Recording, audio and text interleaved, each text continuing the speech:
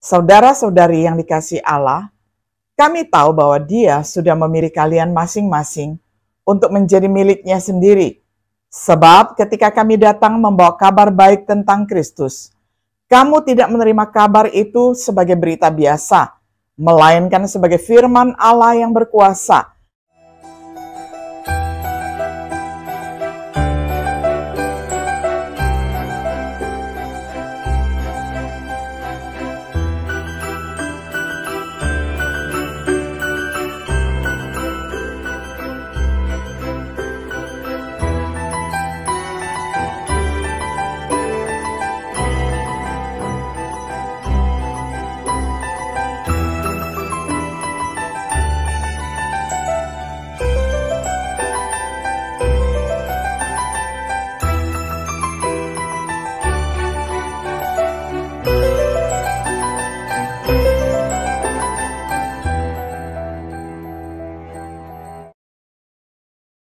Shalom sahabat Biblika yang dikasihi oleh Tuhan. Sungguh senang hari ini kita dapat berjumpa kembali di dalam acara Refleksi Sahabat Biblika. Hari ini kita tiba pada episode yang ketiga di dalam serial pembahasan kitab 1 Tesalonika dengan tema Allah memilih mereka. Saya akan bacakan firman Tuhan untuk kita semuanya dari 1 Tesalonika pasal 1 ayat 4 hingga ayat yang kelima. Saya akan bacakan untuk kita semuanya di dalam terjemahan sederhana Indonesia. Saudara-saudari yang dikasihi Allah, kami tahu bahwa Dia sudah memilih kalian masing-masing untuk menjadi miliknya sendiri. Sebab ketika kami datang membawa kabar baik tentang Kristus, kamu tidak menerima kabar itu sebagai berita biasa, melainkan sebagai firman Allah yang berkuasa, dan Roh Kudus memberikan kepadamu keyakinan penuh bahwa kabar itu benar. Kalian juga tentu masih ingat bagaimana cara hidup kami menjadi kesaksian di antara kalian bahwa kabar itu sungguh benar. Sampai sedemikian jauh pembacaan firman Tuhan dari 1 Tesalonika 1 ayat 4 hingga ayatnya yang kelima. Sahabat Biblika yang dikasihi oleh Tuhan, saat Paulus merenungkan kondisi gereja di Tesalonika, ia memiliki banyak hal untuk disyukuri. Mereka memiliki keyakinan yang berhasil. Mereka memiliki kasih yang bekerja. Mereka memiliki harapan yang memberi mereka kesabaran. Dia juga merasa terhibur karena mengetahui bahwa mereka terpilih. Paulus mengacu pada Allah yang memilih mereka. Sebagai bukti, ia mengingatkan mereka tentang bagaimana Tuhan bekerja melalui orang-orang seperti Paulus, Silas, dan Timotius.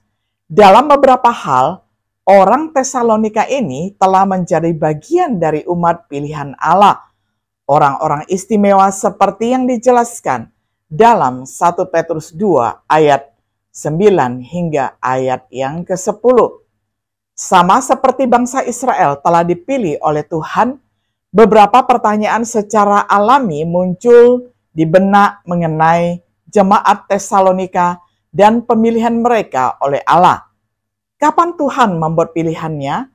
Apakah orang Tesalonika dipilih secara individu atau sebagai bagian dari beberapa pilihan bersama atau umum? Apakah pemilihan mereka oleh Allah sudah final, yaitu tidak mungkin bagi mereka untuk kehilangan hak istimewa mereka sebagai umat pilihan Allah? Dan bagaimana jawaban atas pertanyaan-pertanyaan ini berhubungan dengan pemilihan kita sendiri oleh Allah?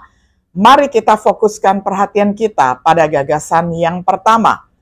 Pemilihan mereka oleh Allah, terjemahan kata pemilihan, berasal dari kata ekloge, artinya tindakan memilih ataupun memilih, terkait dengan ide dipilih yang berasal dari bahasa Yunani eklegomai, dan berarti memilih atau memilih untuk diri sendiri. Waktu pemilihan Allah, Allah membuat pilihannya sebelum dunia dijadikan. Sama seperti Kristus sendiri yang telah ditabiskan sebelumnya sebelum dunia dijadikan. 1 Petrus 1 ayat 20. Objek pemilihan Allah. Ketika Tuhan membuat pilihannya sebelum dunia dimulai, apakah dia memilih orang-orang tertentu untuk menjadi orang-orang pilihannya? Atau apakah pilihannya lebih bersifat umum? Paulus hanya mengatakan bahwa Allah memilih kita di dalam Dia, yaitu Kristus Yesus. Efesus 1 ayat 4. Saya mengerti bahwa pemilihan oleh Tuhan ini bersifat umum, bukan khusus, bukan individu, untuk merujuk pada tubuh Kristus, gereja secara keseluruhan yang dipilih Allah untuk tujuan ilahi dan anugerahnya yang Dia rencanakan untuk dilaksanakan di dalam Kristus.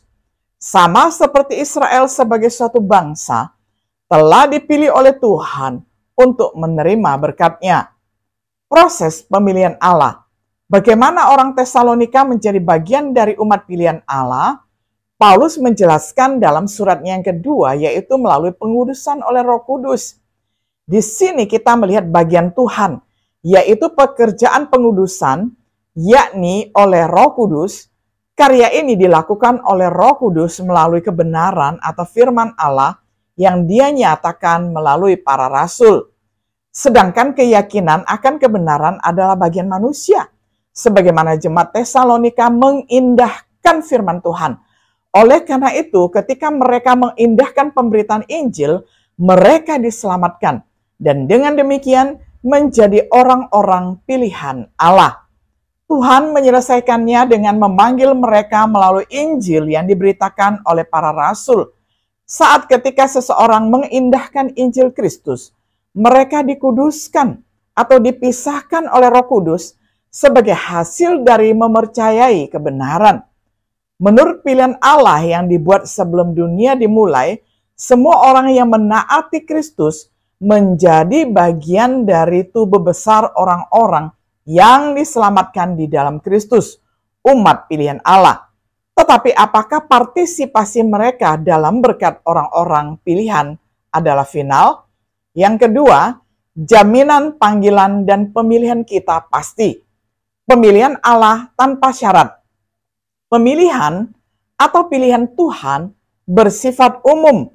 Dia memilih untuk menyelamatkan orang-orang di dalam Kristus. Pilihan itu tidak bersyarat dan final. Tidak ada cara lain dari siapapun yang dapat diselamatkan tanpa Kristus. Seperti yang Yesus sendiri katakan, tidak seorang pun dapat datang kepada Bapa jika tidak melalui aku. Yohanes 14 ayat 6. Seperti yang kemudian Petrus katakan, tidak ada nama lain di bawah kolong langit yang diberikan di antara manusia yang dengannya kita dapat diselamatkan. Kisah Para Rasul 4 ayat 12. Pemilihan dan ketekunan. Sebagai individu tetap dalam tubuh Kristus atau gereja, kita harus bertekun untuk memastikan panggilan dan pilihanmu.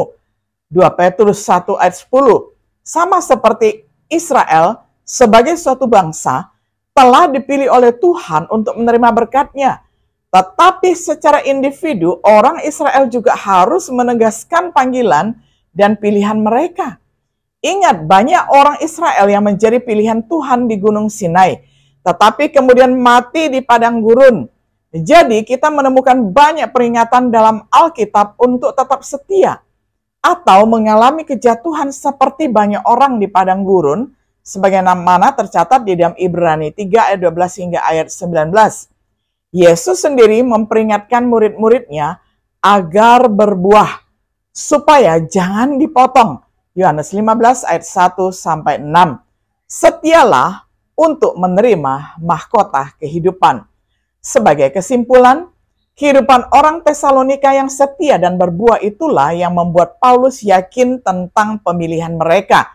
Iman, kasih, dan harapan mereka yang aktif, penerimaan mereka terhadap Paulus dan firman. Apakah kita termasuk di antara orang-orang pilihan Allah?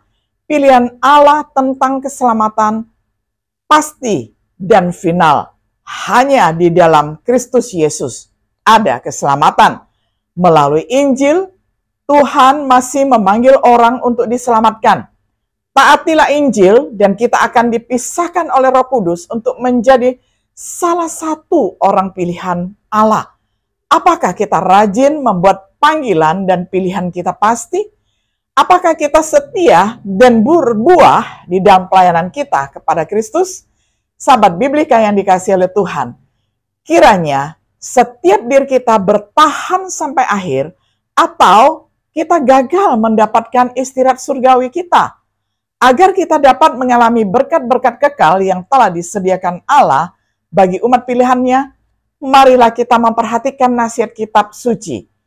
Jadi saudara-saudari, berjaga-jagalah supaya jangan ada di antara kalian yang mempunyai hati yang jahat, yang menolak untuk percaya, sehingga kalian berhenti menaati Allah yang hidup. Kuatkanlah satu sama lain setiap hari. Firman Tuhan tadi dimulai dengan kata, hari ini. Maka setiap hari, selama masih disebut hari ini, berjaga-jagalah supaya tidak seorang pun di antara kalian mengeraskan hati karena tertipu oleh dosa-dosanya sendiri. Ibrani 3 ayat 12 hingga ayatnya yang ke-14. Sahabat Biblika yang dikasihi oleh Tuhan, kiranya kita kedapatan sebagai orang-orang yang bertekun dan setia serta berbuah sehingga kita tidak dipotong oleh Tuhan. Tuhan Yesus memberkati dan menyertai kita selalu. Shalom.